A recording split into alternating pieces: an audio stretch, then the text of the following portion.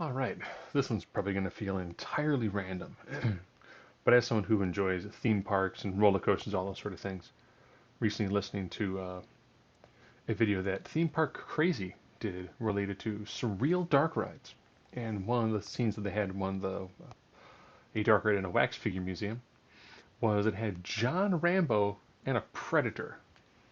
I don't know if they were like, yeah, we need that muscular guy who was in that jungle movie, and they must have been like, yeah, you mean Schwarzenegger or Stallone? Yeah, one of those two guys. And then they put him in with Predator, and he made mention, I would like to see, John Rambo and a Predator. So here we go. As always, there's the comment section if you disagree with me. There are lots of ambiguities with these sort of things because you're taking two movie characters. So John Rambo, of course, had numerous movies where you got to see him as a character adjust over time. Where when it comes to Predators, pretty much every single movie is a different Yaucha. It's a very different character. So you're not seeing a character progression so much. You might see one that's a new hunter, one that's an elder hunter. So with this, I'm kind of going, okay, here's the first Predator movie to try to give me some level of context to this, and John Rambo, intelligence. Give this one to the Predator.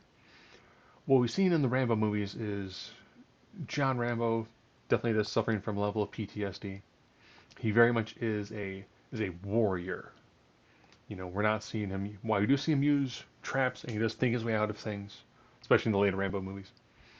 We're not really seeing him do a tremendous amount of highly intellectual things from just a non-war perspective.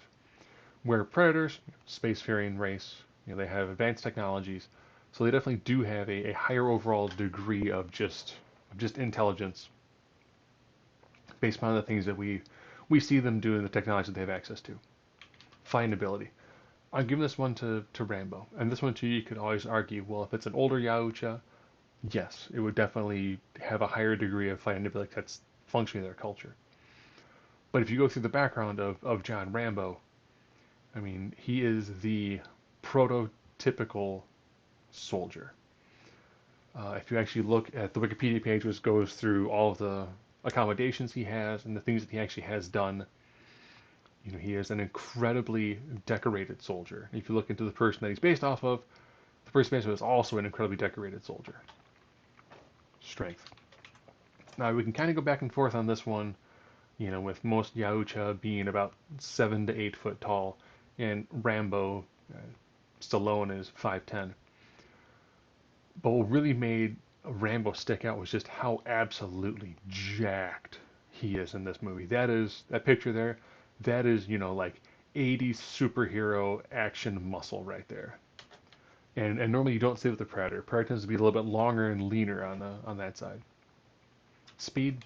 I'll give this one to the Yautja. That is something that we do see quite frequently. They are faster than a human.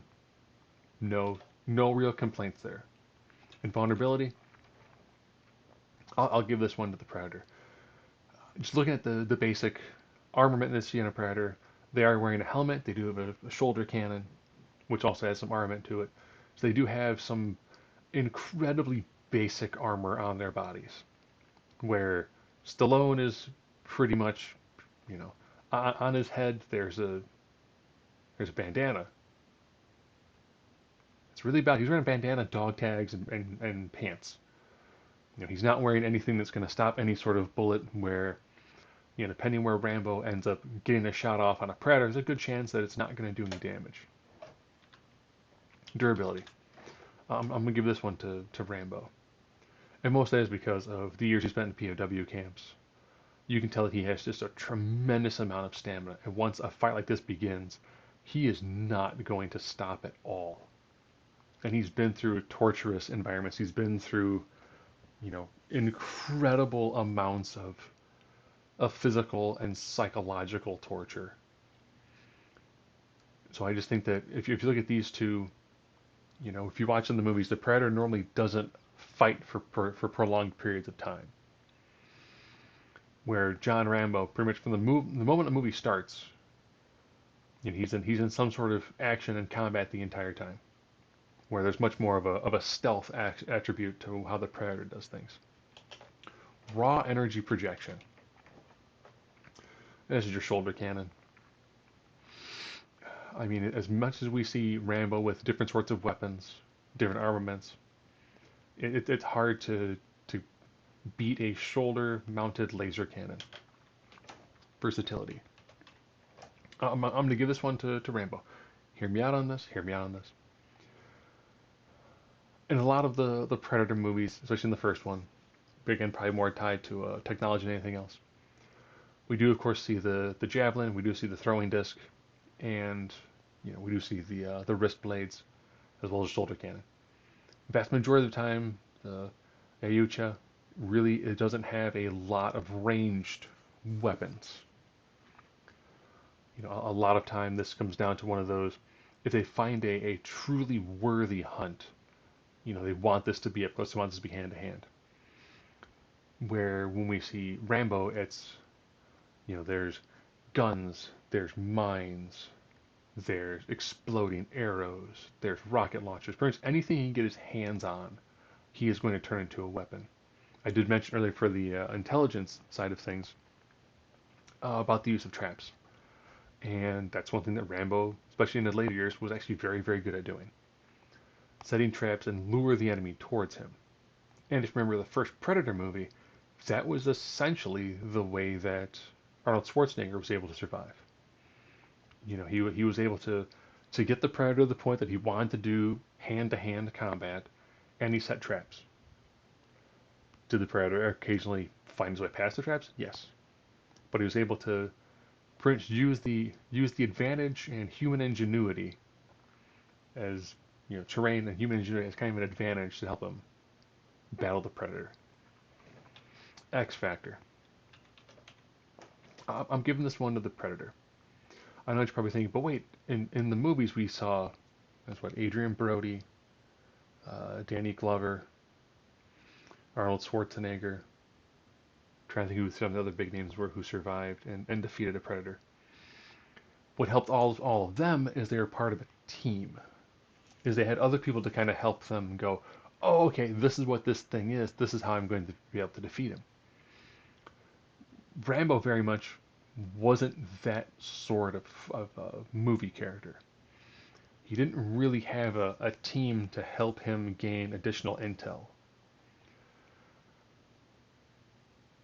So I don't really see him getting that, like, oh, okay, this thing bleeds green. This thing has a shimmer. This thing is this. This thing is this. He doesn't have that, oh, this is what I'm up against because I've watched this thing kill somebody else.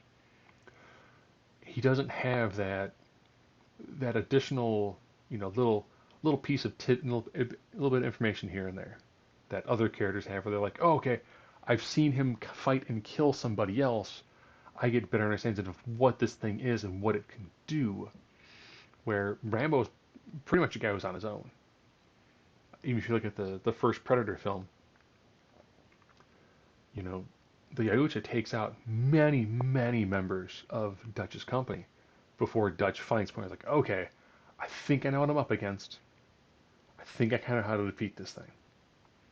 If you're the first person coming up against a Predator, you do not have anywhere near as many of those additional tricks, attributes, and ability to learn from him. But of course, Rambo always survives eventually in his films. But I think if you put these two guys in your normal combat situation, I think the Predator definitely does hit a level of respect. So I can picture going more to a hand-to-hand sort of thing. But I think there's just the right amount of attributes that a Predator would have that would make him more likely to defeat somebody like John Rambo.